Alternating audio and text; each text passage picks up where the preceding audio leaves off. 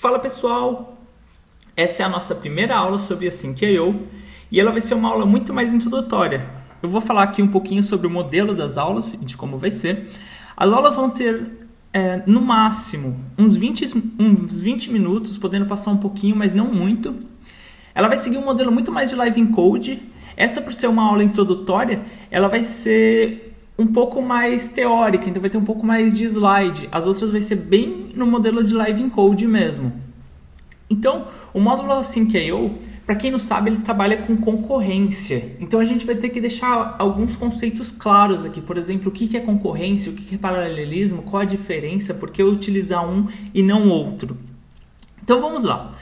Meu nome é Carlos Maniero, eu sou desenvolvedor Python. Na descrição do link eu vou deixar o meu link do GitHub e o link do repositório, onde você vai ter os slides e os exemplos também. E vamos começar então. Qual é a diferença de concorrência e paralelismo? E por que utilizar um e não outro? Concorrência, ele nada mais é do que uma máquina de café para duas filas. Vamos imaginar assim, isso parece ser bem louco, né? Porque você tem duas filas e você tem apenas uma máquina de café.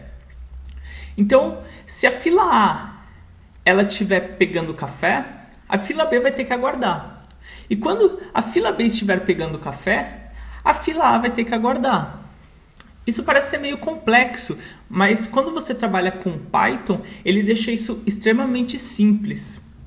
Então vamos lá. E o paralelismo? No paralelismo, você vai ter uma máquina de café para cada uma fila. Então a fila A vai ter sua própria máquina de café e a fila B vai ter sua própria máquina de café. Se você for parar para pensar em desempenho, o paralelismo parece ser muito mais rápido. Porém, a gente vai explicar aqui o porquê muitas vezes ele não é. Então, por que a gente não usa thread em vez do módulo Async.io, em vez de trabalhar com concorrência? Por causa do Gile. O Gile é o principal motivo da gente trabalhar com concorrência em Python. É o Global Interpreter Lock. Vamos entender melhor o que ele é. Vamos supor o modelo de paralelismo. Temos duas filas, duas máquinas de café, porém a gente tem um estoque de pó de café. Ou seja, a fila A e a fila B vai estar consumindo o café o tempo todo, porém a máquina vai ter que checar em um único recurso, que é o pacote de pó. As duas máquinas vão ter que checar em um único recurso se há ou não pó. Então vamos supor o seguinte, as duas filas processaram em tempo igual. Então a fila A, o café acabou no mesmo tempo que a fila B. E a máquina vai ter que... E vamos ter que repor o café da máquina, o pacote de pó. E agora vamos supor que nesse pacote de pó só tem o suficiente para a gente carregar uma máquina. Então vamos lá. A máquina da fila A, ela foi no estoque de pó e perguntou lá, ainda há pó? A máquina retornou positivo. E como as duas acabaram no mesmo tempo, a máquina B também fez a mesma coisa. Foi lá e perguntou, ainda há pó? E retornou positivo também. E aí a máquina A foi lá e pegou o pó, porque ela já tinha visto, tem café, o pó é meu. E aí a máquina B foi fazer a mesma coisa, que já tinha checado se havia pó, e ocorreu um erro, porque o pó que era para estar no estoque não está mais. Então, vamos mostrar o código agora, vamos explicar melhor isso, porque para esse tipo de coisa a gente vai ter que realizar uma sincronização de threads. E é aí que o Gile entra, e é aí que a gente vai ver que o módulo de paralelismo às vezes é até muito mais lento do que trabalhar no modo serial. Então vamos ao código. Vamos lá, pessoal. O nome do nosso arquivo se chama exemplo1.py, conforme podemos ver aqui embaixo. Então, o que a gente vai fazer? Nós vamos criar uma função bem simples chamada somar. Essa função somar vai incrementar 1 no contador no intervalo de 0 até 10 milhões, eu acho que resolva. Para que isso? A gente vai fazer isso só para checar o tempo de execução dessa função quando executamos ela de forma serial, ou seja, chamando a função duas vezes uma abaixo da outra, ou paralela, usando duas threads. Ok? Então vamos lá. A função é bem simples. contador igual a 0, def somar for i em range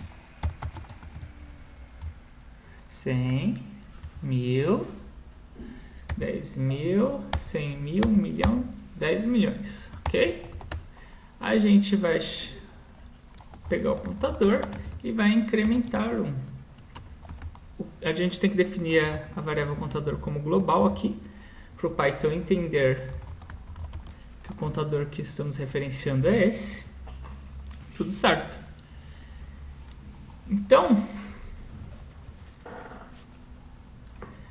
para ficar até mais fácil, vou criar outra variável aqui, chamado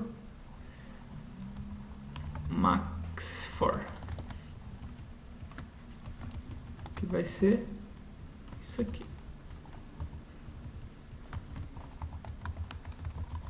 Como a gente não faz nenhuma alteração na variável max_for, o Python já vai entender automaticamente que a max_for que estamos falando é essa aqui de cima, certo? Ok, então. Vamos chamar a função somar 2 vezes, ok? E vamos calcular o tempo de execução dela. Então, import time, start time, igual time.time,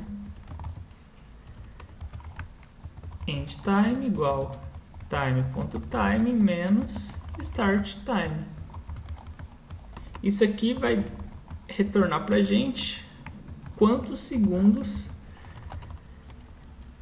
a execução da função somar, chamada 2 vezes, foi efetuada. Então vamos lá, executando o nosso script. Eu estou utilizando o Python 3 aqui, a gente só vai utilizar o Python 3 em todos os exemplos. Então Python 3, exemplo 1.py, rodando, ele retornou esse tempo aqui, ó, certo? Então vamos lá. Ali em cima tinha alguns outros tempos de testes que eu já estava fazendo. Então, ok. Tempo serial, ou seja, um embaixo do outro. Deu isso. Vamos tirar mais algumas amostras. Vou tirar 3 amostras. Mais uma. Praticamente a mesma coisa.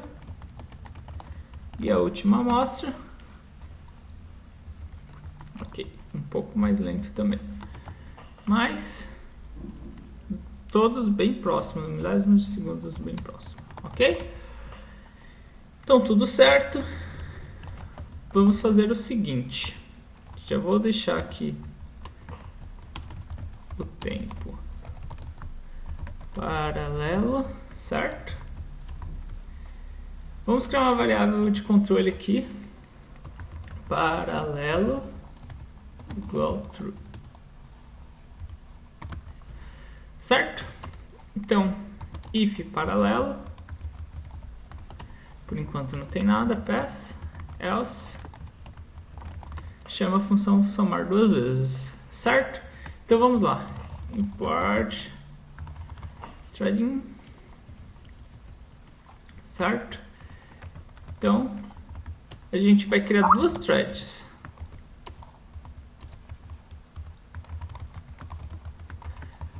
Target igual somar. A thread 2 vai fazer a mesma coisa. Então vamos iniciar a thread 1. Vamos iniciar a thread 2. E agora vamos utilizar o join. Para quem não sabe, o join ele vai bloquear a execução do script. Porque o que acontece? Quando a gente dá start aqui na thread 1 e thread 2, o Python ele vai continuar executando o script. Então você chamou T1 thread1.start, ele vai para a linha de baixo, T2.start, ele também vai para a linha de baixo, e ele já está executando as threads, ele vai continuar executando tudo. E o que acontece? Quando você dá o join, o Python ele só vai para a linha 22 assim que a thread 1 tiver sido completada. Então assim que o somar terminar de executar, ele vai permitir para a linha 22. Aí a thread 2 vai ficar a linha 22 vai ficar verificando se a thread 2 também foi completa. E assim que as duas foram completas, aí sim a gente calcula o tempo de execução. Então isso daqui vai bloquear a execução do script para a gente poder calcular o tempo de execução certinho, ok? Então, vamos tirar as nossas amostras com threading agora. Ok, primeira amostra. Segunda amostra. Como a gente pode ver, os valores estão todos bem próximos ao do modo serial. Não tem nenhuma diferença.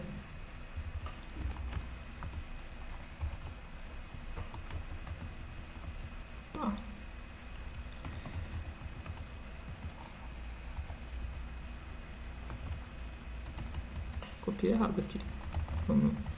Vamos de novo. Agora sim. Eu diria que na média foi um pouquinho, minimamente mais lento, mas foi bem próximo, certo? Ok, então. Vamos fazer uma checagem, então. Como a gente viu, executar um embaixo do outro ou executar em thread não traz grandes benefícios. Mas agora, vamos fazer mais um teste. Eu vou desativar novamente o modo paralelo. E se aqui nós temos o max for em 10 milhões, vamos checar uma coisa. Se eu chamo duas vezes a somar, obviamente o total do contador tem que ser o dobro do max for, correto? Então, vamos fazer uma checagem aqui. Assert. Vamos verificar, ter certeza que o contador é igual ao max for vezes 2, certo? Executando o script no modo serial, ele não retornou nenhuma mensagem de erro, então a gente tem certeza que isso aqui passou, é uma verdade. Agora vamos desativar o módulo paralelo. Vamos checar se também vai dar certo. Eita! Deu assertion error. Então, aparentemente, quando executamos com thread, o resultado não foi esperado. Não foi esperado. Vamos entender o porquê? Ok, vou tirar o assert e agora eu vou dar um print no contador. Executando. Ué, ele retornou 13 milhões. Não era o resultado que a gente esperava. Por que ele retornou isso? Eu vou executar mais uma vez para vocês entenderem. Ele retornou outro número, basicamente 13 milhões também, mas diferente. Vou executar mais uma terceira vez. E novamente ele retornou um número diferente. Por quê? Lembra da gente falou do pó de café? Isso está acontecendo a mesma coisa do exemplo do pó de café. As duas variáveis as duas threads vêm ao mesmo tempo e incrementam o contador. E aí o que acontece? Em vez de ele incrementar 1, como é ao mesmo tempo 2, ele acaba incrementando só 1, porque foi executado ao mesmo tempo. Então, vamos supor que o contador estava em 2. Aí a thread 1 foi lá, pegou o contador, verificou o valor, somou 1, deu 3, colocou no contador de volta. Mas nisso o contador 2 da thread 2, a thread 2 já tinha pego o contador e também estava em 2. E aí quando ele colocou, deu 3 de novo. Então em vez de ir para 4, foi para 3. Então elas acabaram sendo incrementadas ao mesmo tempo e acabou fazendo com que em vez de incrementar 2, incrementasse só 1. Então como que a gente consegue contornar esse problema? A gente consegue contornar ele utilizando o Gile. Então vamos criar um lock aqui. Threading.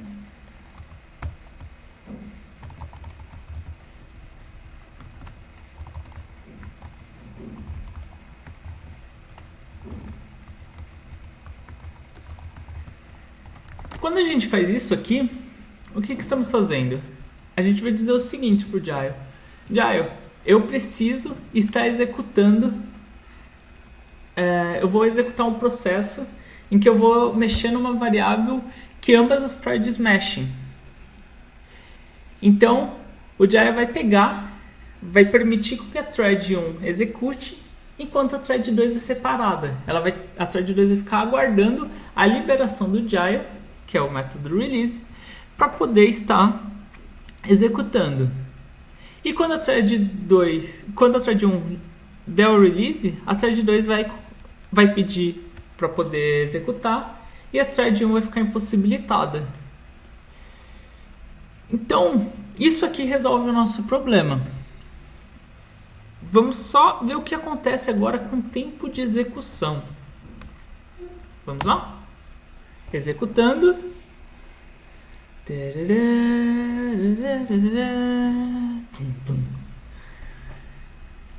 E, como podemos ver, quando a gente usa o lock, a coisa fica bem diferente.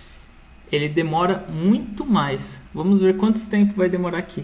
Levou 22 segundos. Então, de 1,5 segundos, 1,5, 1,6, que foi o que executou no modo serial, para a gente obter o mesmo resultado sem erros no modo paralelo, levou 20 vezes mais tempo do que no modo serial. Algo importante que eu tenho que ressaltar aqui é que o Gyro ele sempre é liberado quando há operações de I/O. Ou seja, quando você vai ler um arquivo em disco, quando você vai ler uma URL, o Gyro é liberado. Então isso que era o que eu queria passar na primeira aula, os problemas do paralelismo e onde que ele acaba não sendo tão eficiente. Na próxima aula, a gente vai ter que ver o conceito de iterators e generators do Python, porque sem ela é basicamente impossível da gente continuar com o nosso curso. É isso, eu espero que vocês tenham gostado dessa primeira videoaula e até a próxima. Tchau, tchau!